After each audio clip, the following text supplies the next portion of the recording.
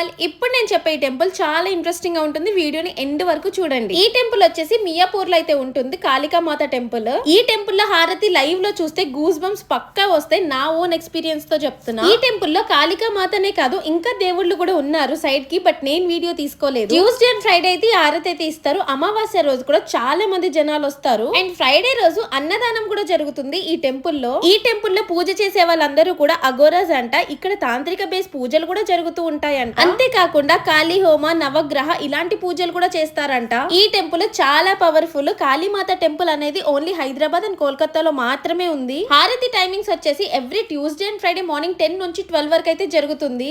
అది ముచ్చట. లొకేషన్ కావాలి అనుకుంటే నా పేజ్ ని ఫాలో కొట్టండి, లొకేషన్ అని కామెంట్ చేయండి, డైరెక్ట్ గా మెసేజ్ వచ్చింది.